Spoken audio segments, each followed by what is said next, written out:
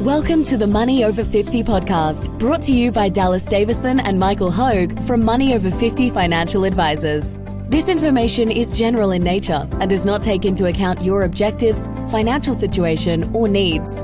Therefore, you should consider whether the information is appropriate for you and your personal circumstances. If you require personal advice, please contact Money Over 50 Financial Advisors. Here are your hosts, Dallas Davison and Michael Hogue. Welcome to Money Over 50. Today, we're here to talk about why most people in their 60s are far more employable than what they think they are. Yeah, absolutely, Dallas.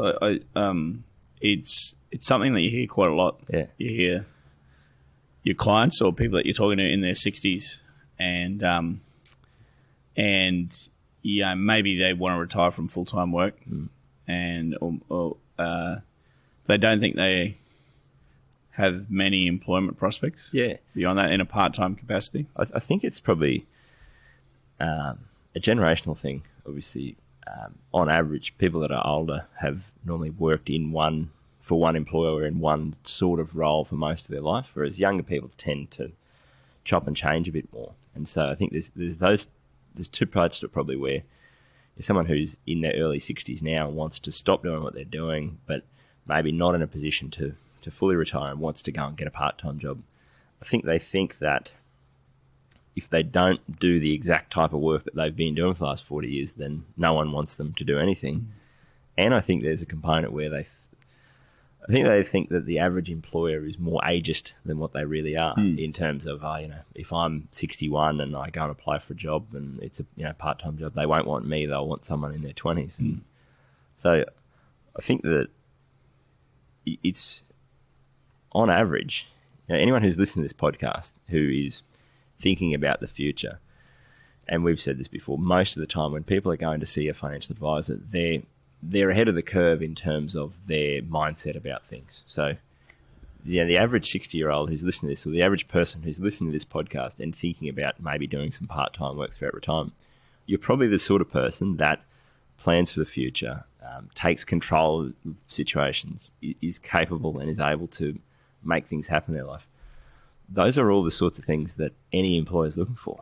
So and reliable as well. And reliable, yeah. I think one of the things that employers, one of the worst things from an employer's point of view is training someone up, and then having them move city or move jobs and look, that's certainly a detractor for younger people, because they have that mentality generally that they're more fluid between employers and fluid between where they live as well. By the time someone's got to their 60s, they're generally bedded down in that region. That's right. And then they value reliability. Yes. And employers definitely value reliability. Yeah. And it's a great thing. I mean, financially, it's a fantastic aspect because most of the time, a couple can earn $25,000 each from employment income and pay $0 in tax if things are structured correctly. Yeah. So, if they've been working with a good advisor who's actually gotten money into superannuation, they've retired from full-time work, or let's assume after age 60, that's a condition of release for their superannuation. So they can move their superannuation from 15% tax into a 0% super income stream. Now, the beauty of that is that internally, 15% tax on the rate of return goes down to 0% tax. But additionally, any money that they take out of that is tax-free. And the third beautiful thing about that is that income that they take out. So I'll use an example. Yeah. Someone's retired, a couple have retired, they're 60. Yeah. They've converted their superannuation into a super income stream. Tax rate goes down from 15% to 0% on the rate of return inside their super fund. They want to do a bit of part-time work and they want to top up their income to travel and things like that. So they take $20,000 each from their superannuation income stream. That $20,000 does not show up anywhere on their tax return. It doesn't push up their part-time income into a higher tax bracket. The point is, so it's not accessible. So if they go and earn $20,000 from work, it's not as though it's not like the $20,000 of pension income comes in and then the 20,000 goes on top of that they earn and they have to pay extra tax on it. It's not, it doesn't show up anywhere, so it's completely tax free.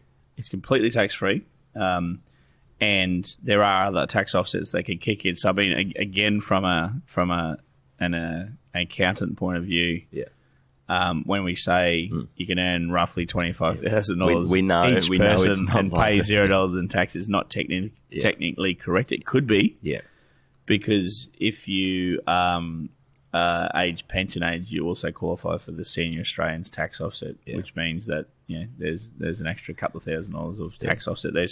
So without digressing too far, you can basically have a couple that earn $25,000 each, up to $25,000 each from part-time work, and let's call that completely tax-free, virtually tax-free. That $50,000, they can top up their income, by let's use the same example, $20,000 each from their superannuation income stream. That doesn't show up anywhere on their tax return.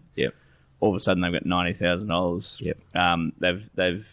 They've kept their toes in the water by staying doing part-time work, and they've got money to travel and things like that. It's a big one you just touched on there. I think for a lot of people it's in the back of their mind, that's what they want to sort of do almost, is that they want to be able to go to work part-time. It's something to get them out of the house, keep them busy, keep them occupied, feel like still they're contributing and doing something in that way. A lot of people struggle to go straight into full retirement.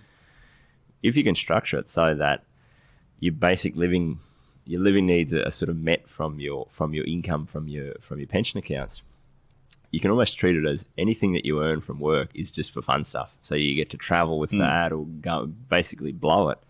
It's almost a regression to, when you're 20 and you first get a job and whatever you earn, you just blow. You just go out and have a good time and don't think about saving. It's basically sort of on the opposite end of your career. It's that same thing where if you can structure things so that you've got a tax-free income that's coming out to cover your basic living needs, and that's still allowing your super and your pension balances to grow and get to the point where they can fully replace your income in future, it's very easy to then get motivated to get up and go to work when you go, right, I'm going to go to work and earn $20,000 this year, and that's going to pay for our big overseas trip at the end of the year. I think that's I guess, that most people, when they're thinking about this is what they're really thinking about, is I want to do a bit of work so that I can then, have some money to go to the pub on the weekend or go on a big trip overseas or do some of those sorts of things. And the fear, I think, for most people is that, and I've heard this from a few different people, that they think, well, yeah, but if I'm 62,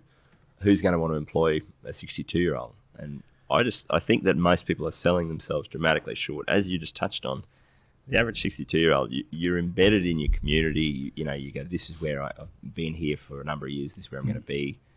You've got, so you're reliable from that aspect with an employer.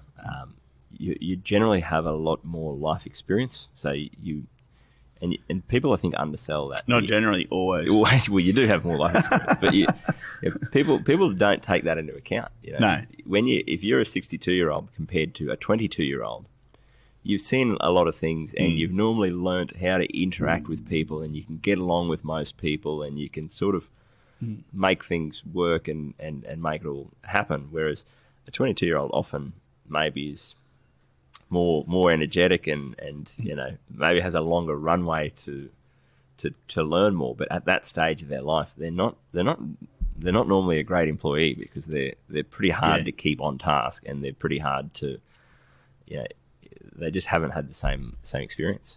Yeah. So and look, the way that work is going, there's more and more of that. Yeah. There's more fractional work. Yes. So there's more.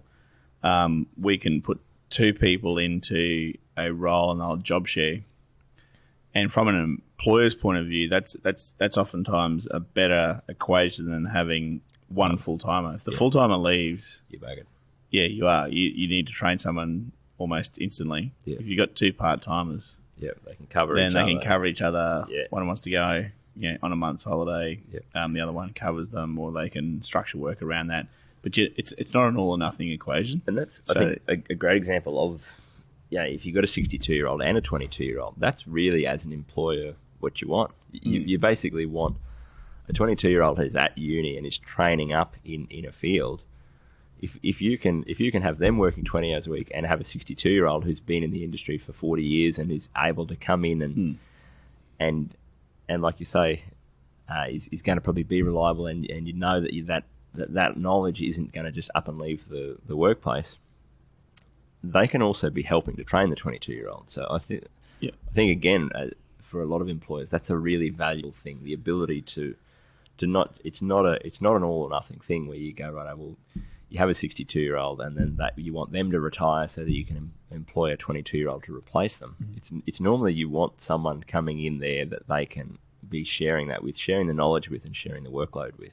And like you say, you've also built in some redundancies into your business where you're not having to worry about if the 22-year-old ups and leaves, then you buggered, and if the 62-year-old up and leaves, then you buggered as well. So yeah, and look, from a financial point of view, we love when our clients say they want to work part time for 5 years from 62 to 67. Yeah. Look, it takes so much pressure off their retirement savings. So you've got that period of time where they're still taking money, like in that example. $20,000 each, let's assume. So $40,000 from their superannuation income stream per couple. But the alternative was that we're going to take $80,000 or $90,000 from that. So if they can work part time, it takes so much pressure off that and lets it grow in the earlier years. Generally, I mean, our clients report that the clients that actually do that part time work in their 60s report high levels of happiness in doing that, and that's probably I think it's ingrained in all of us, especially people like you said, Dallas. People that tend to be financial planning clients of ours are people that have always had a work ethic and people that have been reliable, and it's very hard oftentimes for them to go black and white. And what I mean by that is it's full time work up until that point in the sand, or that line in the sand, when it's full time retirement after that. So that's what I call a black and white work / retirement. It is starting to change, and it's becoming more grey, where you work full time and then you cut back to 4 days a week, then you cut back to 3 days a week, or you leave that full time work and then you go and get the part time job that we're talking about here, or you go into job share and all of those types of things. So it's a really, really valuable thing, I think, from a financial point of view. It's easy to crunch the numbers on how valuable that is. From an emotional, mental point of view, I think it's equally as valuable. And I think obviously not as quantifiable, but it's equally as valuable. The other part of the emotional side of it for me is even for people who don't necessarily need to work, and even if they do eventually want to go to full-time retirement, it's a big shift. I always use my father as the example of, I remember when they retired from being school teachers, and that was the running joke for the first 3 years of their retirement, is that my father would say to me, "Oh, geez, I just don't know what we're going to do for money this year." And I was going, "You're retired, mate. That's how it works. You've got, we've set your superannuation up so that's where you so can that draw his an money income." mate gets dressed and goes to work for them." Exactly right. He doesn't get up and go to work. He doesn't need to get up and go to work. His money is getting dressed and going to work for him. I laugh because it is a hard shift, though. It's a difficult shift. I've had a couple of, I see it more and more, like you say, those clients of mine, and I tell that story and tell that joke to them all the time. Everyone who's retiring, I've seen a few people in the last year that I've had this similar conversation where they go, I know the numbers. You've got your spreadsheet right there in front of me. I know the numbers. I know intellectually that I can stop work and just rely on that income. But there's something that they just don't quite almost believe it yet or feel comfortable relying on that. And so it's an easy kind of way to go, righto, well, even though we know that financially you can, and you know that financially you can, just, keep a part-time job. And then that way, when you find yourself stressing about that and worrying about it, you feel as though you're doing something still that is going to be able to make a difference if you don't have the income that you need to retire, or something comes up, you've got some other source of income. And I think that's the other part of it, I guess, from a financial planning point of view, from a technical point of view there, is that the advantage of that part-time work as well is that you have the ability to often to dial it up and dial it down as to how many hours you're doing and how much income you're earning. And you also generally have a choice of how long you do that for. So what that allows you to offset in some cases is, if you're right on the borderline of having the amount of retirement savings that you need, and you think, well, and we have this conversation with clients where they might be right on the borderline of where they need to be, but if you have the first 5 years of retirement, if you have below average investment returns, that's going to cause a big problem. So if you can be working at that point in time, you can sort of go, well, take on this part-time job. And if 3 years into retirement, we've had, boom years and we've had, no recession and no company price drops and all the rest of it, then you can sort of let the part-time job drop away. But if we do, if you do retire and then everyone's big fear is we have another GFC type event the next year, you've at least got that up your sleeve. So you can then do that part-time work up until you've let your super balance grow and rebound to where it needs to be. So I think it's valuable. It's valuable financially in a couple of different ways, and it's valuable emotionally in a couple of different ways. And the other thing that's worthwhile doing as well. So I have a number of clients that have worked full time to 64, 65, or 63, and then I've told them they've got enough money to retire, and they've actually gone and resigned from their full time job. And this has happened to more than one person. And their employers said, "Oh, really? We never saw this coming." Well, why is that? Well, I've got enough money to retire, and I don't like this, and this about my job. What if we removed this, and this? The employer says. So all of a sudden, don't really want to work 5 days a week. Oh, what if we structured it so you could work 3 days a week? So in many cases, these people are staying employed with the same employer under way better work conditions. They're dirty that they didn't have that conversation 5 years ago. 5 years before they actually did. It's very common, isn't it? Where you go, of your 5 day work week, most people are spending 2 days doing stuff they don't really enjoy, and the other 3 they do enjoy. And so they have that conversation, and the employer goes, "Geez, we don't want to lose you. We don't want to lose you. We'll drop off the 2 days of things that you didn't enjoy. Keep doing that." So, and you're right, that happens.